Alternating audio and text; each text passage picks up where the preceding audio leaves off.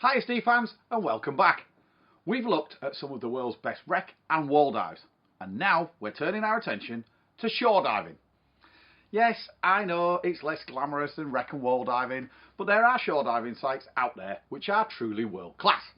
And we've selected 10 top shore diving sites or locations scattered around the globe that are in warm and cold waters. For those here for the first time, my name's Mark. I'm the editor-in-chief of the Scuba Diver media brand, and welcome to the Scuba Diver YouTube channel. Remember to hit that subscribe button so you don't miss out on any future videos, and ring that bell so you get notification of the latest releases. Don't forget, check out below how you can get a free digital subscription to any of our magazines. That's Scuba Diver UK, Scuba Diver Australia and New Zealand, and Scuba Diver Destinations, which is our US and Canada edition. And if you want to get your hands on a print version, we've got a special subscription deal for our YouTube followers. Now, let's dive into the video.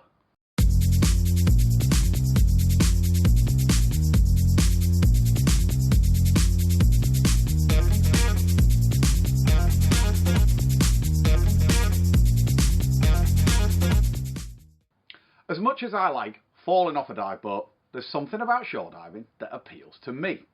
Often, it's the freedom of being able to spend as long as I want in a certain location, rather than being tied to a set dive time or following a guide. Or it's just the ease of grabbing your kit and walking into the sea. There are innumerable destinations that offer shore dives, but we have selected 10 of the best shore diving sites or locations around our watery planet. In at 10, we've got Glassilaun Beach in Ireland. Now this is located next to the Killary Fjord in Connemara, on the west coast of Ireland. And it's a truly stunning shore dive. It sits handily right in front of a PADI 5-star centre, Scuba Dive West, and so essentially it's their house reef. You can walk into the water from the end of the concrete slipway, and then you make your way across the sandy seabed in a couple of metres to the edge of the reef, keeping a close eye out on the way for tiny cuttlefish and flatfish lying camouflaged on the bottom. Once you're at the reef, this rocky terrain then leads you around in the direction of the fjord, reaching maximum depths of only 9 to 12 metres. You can head off deeper, but you're just on endless featureless sand, so there's no point. In the shallows, it's smothered in kelp and seaweed, and you can find all manner of life. Spider crabs, dogfish, edible crabs, sea hares, compass jellyfish, velvet swimming crabs, snake clock anemones, all sorts. Thanks to the shallow depth and the easy access, it's suitable for even novice divers, but experienced divers and photographers will also find a wealth of things to keep them occupied. Armed with underwater cameras, myself and my buddy Paul Cushing logged a leisurely 100-minute dive on this reef on single 12-litre cylinders. At 9, Puerto del Carmen in Lanzarote. Lanzarote in the Canary Islands has become a bit of a diving mecca for Europeans, who year after year return to its sunny shores. But it's not just the warmer climate that draws them back, it's also the quality and the ease of the diving, particularly in Puerto del Carmen off Playa Chica Beach. Right along this area, you can kit up on the soft sandy beach and then stroll into the clear, warm waters of the Atlantic. The rocky reef, created from years of volcanic activity, leads you out through the shallows until, just a short distance from your entry point, you reach the edge of the drop-off. And this either steeply slopes off or it is sheer into the depths. There are a multitude of dive sites along this wall, and depending on your depth and air consumption, you can even take in several on one dive. All variously feature overhangs, swim-throughs, caves, caverns and other interesting topography, and it's all topped off with a plethora of marine life, including the usual reef dwellers like angel sharks, stingrays, groupers, moray eels and octopus. Keep an eye out in the blue, and you never know, you might be rewarded with sightings of barracuda, jacks, tuna and even the odd dolphin or a whale. In at 8, we've got the St Abbs and Eyemouth in Scotland. Now, the St Abbs and Eyemouth Voluntary Marine Reserve has been in existence since August 1984, and since that time, the marine life in the area has exploded, with plentiful lobster, edible crab, velvet swimming crab, common crab, shrimp, nudibranchs, wrasse, gobies, and even the fearsome-looking wolffish, which is common in Arctic waters, but it's rarely seen south of the reserve. Other oddities include Devonshire cup coral, which is normally found in the south and west of the UK, but thrives here.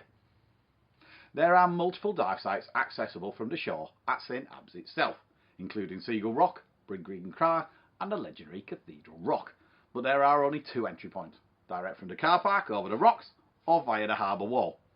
The former can be a little bit of a scramble at certain states of the tide, but it's still worth the effort. Just outside of Eyemouth, and access through the Eyemouth Holiday Park, is Weasel Lock, which is another great little shore dive.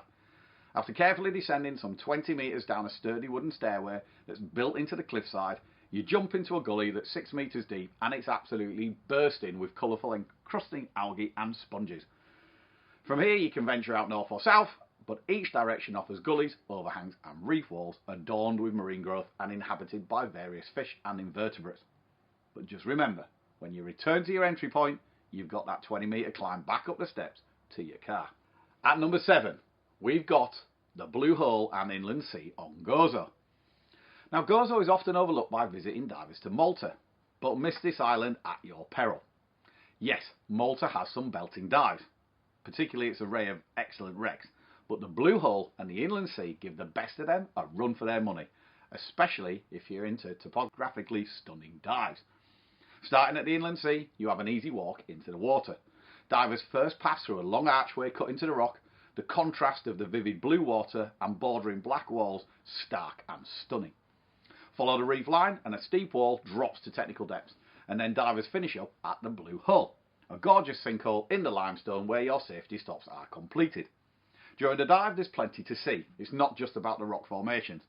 As well as all the usual reef dwelling subjects you'd expect to find in the Med, keep an eye out for some of the larger fish, such as tuna, that are brought in by the deeper water. And don't forget to have a peek inside the cavern before you enter the Blue Hole itself. Head in first and watch the silhouettes of your dive group framed by the beautiful blue. At 6, it's the infamous Blue Hole in Dahab, Egypt. What makes Dahab's Blue Hole so special, particularly compared to its perhaps more famous namesake cousin in Belize, even though that one is a true limestone blue hole, is its closeness to shore. It really does hug the coastline. Alright, because it was formed in a different manner, it's not as perfectly circular as its Caribbean cousin, but unless you're hovering overhead in a chopper or you're using a drone, it's not really an issue. Diving a blue hole is best done through an entry point called Bells. And it's a crack in the reef line, and it allows divers to drop through a mini canyon and out into the blue. The entrance gets its name from the banging of divers' tanks on the rocks. It really is a narrow start. Once it spits you out into the blue, a gentle fin along and up the wall brings you to the outer lip of the hole, and the reef top lies at about 5 metres. The stillness and the depth of the water inside the hole has an eeriness to it. Whether you're floating in the nothingness or scanning the hole's walls for life, it's a cracker of a safety stop. There's also inevitably plenty of snorkelers to watch, and if you're lucky, maybe a free diver or two. On account of the hole's depth, both to the bottom and through the archway that leads out to open water, the site's also very popular with tech divers. So if you're a recreational diver, you may well see a few descending into the deep. If you're a tech diver, well, maybe you fancy heading down there yourself. In at 5, the Maldives. Now the Maldives is one of those locations that sells itself. We've all seen the pictures, stunning white sand beaches bordered by turquoise waters on one side and low-hanging palm trees on the other. Asked to imagine paradise, that's probably what most of us see when we close our eyes. And it really is as spectacular as it looks. The diving's pretty good too. Now, while many visiting divers opt for liveaboard trips in a bid to see as much of the archipelago as possible and mix up the type of dives and marine life encountered, staying put on your very own island and enjoying the excellent shore diving on offer certainly isn't a bad shout. Islands such as Bafala, Medefushi and Filateo offer excellent shore diving services, with well-marked entry and exit points, cylinder carrying services and monitored check-in and check-out times. It's safe, fun, laid-back diving on house reefs that are hard to beat. This setup is particularly good for divers looking to go guide-free for the first time. The best thing about it is you run to your own schedule, allowing you to work your sunbathing, snorkeling and cocktail drinking, virgin, if it's before a dive obviously, around your dive. Now that's a holiday. At number 4, the Liberty shipwreck in Bali, Indonesia. Now the Liberty is widely regarded as one of the best wreck dives in the world, and for good reason. The wreck lies within recreational limits, is smothered in marine life and has a fascinating history. Add in the fact that you can stroll in off the beach and drop onto the broken body of this old US Army cargo ship within just a few minutes of putting your kit on, and you really do have something pretty special. It was torpedoed by a Japanese submarine back in 1942, and it took nearly 2 decades for the Liberty to succumb to the ocean. For 21 years she remained beached on the north shore of Bali until, remarkably, tremors from an erupting Mount Aegon pushed her into the sea in 1963. The vessel remained at a depth of about 30 metres since, the shallowness of its final resting place allowing for the rapid colonisation of its superstructure by corals and marine life. Time and various storms have broken the vessel up considerably, making it hard to identify certain parts of the ship. Nevertheless, she remains a quality dive filled with history and colour, and because she's so close to shore, is entirely faff-free. Act 3. The Hilma hooker in Bonaire. Bonaire is the self-proclaimed shore diving capital of the world, so it's no wonder they have several shipwrecks that are easily accessible from the rocky shoreline. But the jewel in the crown has to be the 72-metre long Hilma hooker. Launched in 1951 in the Netherlands under the name Midgeland, it went through several name changes, not to mention sinking and then being refloated, before finally ended up working for a Colombian shipping company in 1979 and gaining her Hilma hooker moniker. In April 1984, the vessel developed engine problems and was towed to the harbour on Bonaire. She was already under surveillance by drug enforcement agencies, and she was boarded while docked at the town pier, and a total of 11,000 kilograms of marijuana was discovered behind a false bulkhead. The ship then languished in the harbour for several months, during which time she began to take on considerable amounts of water due to general neglect. There were serious fears it could sink in the harbour and disrupt the maritime traffic, so on the 7th of September 1984 it was towed to an anchorage. It continued to take on water and began listing, and this became steadily more noticeable until finally, on the 12th of September, she began taking on water through her lower portholes and sank in less than 2 minutes. She came to rest on the starboard side on a sand flat between 2 coral reefs in 30 metres of water, with her upper portions reaching 16 metres, and that makes her easily accessible to all levels of diver from the coral rubble-strewn shore. In her time on the bottom, she's become colonised by sponges, sea fans, encrusting corals and anemones, and you get shoals of silversides and snapper darting around her mast. Also, if you get around the inside, you get large grouper and tarpon inhabiting the shadowy recesses of the hull, and you can even find little interesting critters like frogfish hanging out on the wreck. And because she was a genuine sinking, there's many of the fixtures and fittings are still in place, and the engine room is quite tight, so penetration is perhaps best left to those with the appropriate equipment and training. Day or night, the Hilma hooker is a fantastic wreck dive, made all the better by being a short swim from the beach. At number 2, SS President Coolidge in Vanuatu. The island nation of Vanuatu, residing in the Pacific Ocean to the northeast of Australia, may seem an unusual location for one of the world's largest shipwrecks accessible from the shore, but this is exactly where the 187 metre long, 22,000 tonne President Coolidge ended its days. Originally a US luxury ocean liner, it was pressed into service as a US troopship from December 1941 until October 1942, when it hit 2 mines en route into the harbour, and the captain ran it aground. Some 5,340 men safely evacuated the stricken vessel before it listed heavily to a port side and slid off the reef into the depths. There were only 2 casualties, a fireman working in the engine room who was killed in the first mine blast, and US Army Field Artillery captain who went down with the ship after successfully rescuing some men who were trapped in the infirmary.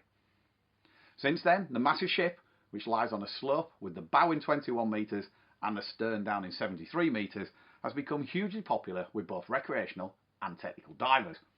Despite earthquakes collapsing some parts of the vessel, it's still possible to swim through numerous holes and decks, within which are guns, cannons, jeeps, helmets, trucks and personal supplies, chandeliers, a mosaic tile fountain, and perhaps most famous of all, a beautiful porcelain relief of a lady riding a unicorn, known simply as the Lady.